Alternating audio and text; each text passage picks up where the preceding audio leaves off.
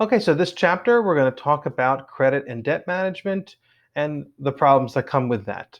So, in terms of credit management, it basically means following an individual plan for using credit wisely. So, looking at all the things that you might want to do in your life, but being recognizing your limits about how the kinds of things that you can purchase, or and planning a use of credit. Like, what are you going to use credit cards for? What are you going to use cash for?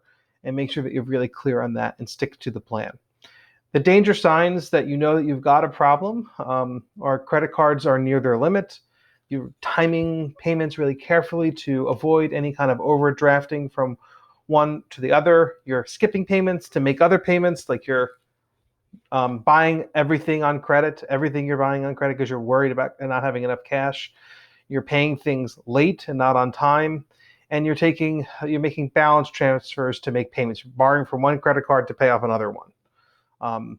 That's how you know you're running into a problem. So a credit payment plan, a record of your debts and strategy for paying off your credit. List all the debts and all related information in one spot. So this is different than a budget. This is what happens when you have a lot of credit and you pay one off at a time, and then you get rid of that credit card and you go to the next credit card. Like, there's people that actually can even advise you and helps you. It works best when you don't incur new debt while you're doing this. So you come up with a plan. You've got all your different cards like they have here, the Visa, the two different Visas, the Store 1, Store 2, MasterCard, and then how much you have for each one of them. And then you come up with a plan about how you're going to pay it. So you just put it into a spreadsheet, really look at it and analyze it and make sure that you come up with a plan for paying it off, that you don't just have a lot of credit and have a lot of anxiety about it, that you have something that you're going to do. But worst case scenario is that you may have to file bankruptcy. And there are two different types of bankruptcy, which we'll talk about in this chapter. But basically, it's a legal process that relieves the debtor, the person who's paying all the credit card debt, of the responsibility of paying off their debts and protects them while they try to repay. So the good side about bankruptcy is that you can get rid of all of your debt. The bad part is that you end up with a very bad credit score and very difficult to get new credit. So when you declare bankruptcy, it means you're insolvent. Solvency was basically that you have more income than you do have debts. And you can pay, like, you have more assets, more money than you have the amount of debt that you have. So not enough income and assets to pay your debts, you become insolvent. For serious and irreversible debts, this is what you use this for. It's a final and it's a last resort when you can't figure out a payment plan of some kind. The bankruptcy has two goals in mind. Protect debtors by giving them a fresh start to start all over again, free from creditors' claims, but also give fair treatment to the creditors competing for debtors' assets. So basically what happens is you define who's going to get paid off first with whatever there is that can be done to pay off that person. There's two types of bankruptcy that we could talk about, voluntary and involuntary. So involuntary is that the creditors say, like, we file with the court saying this person is bankrupt. They can no longer pay us anymore. Excuse me. If the court agrees, it takes over all of the assets the person has to pay off the debts. And so, like the car, the house, and whatever other assets they can find that are, big enough that they can then sell.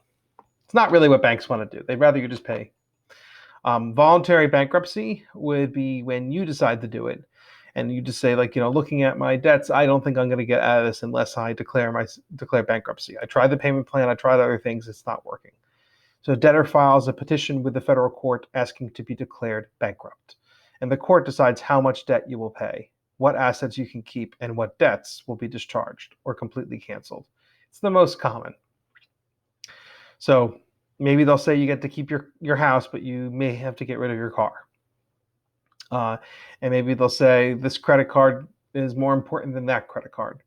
And they'll fight it out, but the courts will figure it out. It's the most common type of bankruptcy. It's a voluntary, like the person decides to do it themselves, not the bank, not the creditor. Discharge debts. So what does that mean when we say a debt has been discharged? Our discharge debts are debts erased by the court during bankruptcy proceedings. Creditors can no longer seek payment for those types of debts. Some debts can't be discharged, so there's no possibility for that to take place. For example, if you owed child support, or you owed the person that you married previously alimony, or income taxes that you owe the federal government, or any kind of penalty on those income taxes. Student loans cannot be discharged as a part of debt. So you go bankrupt, but you still have to pay your student loans. A court-ordered damage due to malicious or illegal acts. So something that happens involving court. But all other debts like your mortgage and your car, or the biggest one, are credit cards, they can be discharged. There's two different types of bankruptcy after that. There's bankruptcy Chapter 7 and there's bankruptcy Chapter 13. Chapter 7 is basically a liquidation form of bankruptcy. This is the one where they take your stuff. They take your car, they take your house. And then they take those assets, they sell those things, and they use that to pay whatever they can to the debtors. Chapter 13 is a reorganization. Basically, it's a form of bankruptcy for individuals. They both are. It allows debtors to keep most of their property and their income to pay a portion of their debts over 3 to 5 years. So one is where they liquidate things that you own. The other one is where they don't do that. They keep most of their property. Major causes of bankruptcy, job losses that could happen. You become unemployed for a long period of time and find it difficult to find a new job. You've done some overspending, a failure to budget and plan, so just being irresponsible, or catastrophic injury or illness. Mental illness is probably top of mind for that. So bankruptcy can happen to anyone. And it's a good system by which to make sure that those people can, move on with their lives after they've run into bankruptcy issues. So advantages. The advantage, of course, is that all of the debts are erased, but not all. There are some assets that are retained. So some things that you can, they can determine and say that are necessary for your survival. Certain incomes are unaffected, so they can't take your Social Security income that you might get, or your unemployment insurance money that you might get, or child support that you might get from someone else, or alimony that you might get from someone else, and the cost ultimately is small. The disadvantage is that the credit is damaged, so it's going to be much more difficult for you to, do many things. Like, remember, employment can also be affected by this because some employers will look at your credit report and your property is lost. So there's some pieces of property could be lost, and you may not qualify for liquidation. And some debts actually still continue.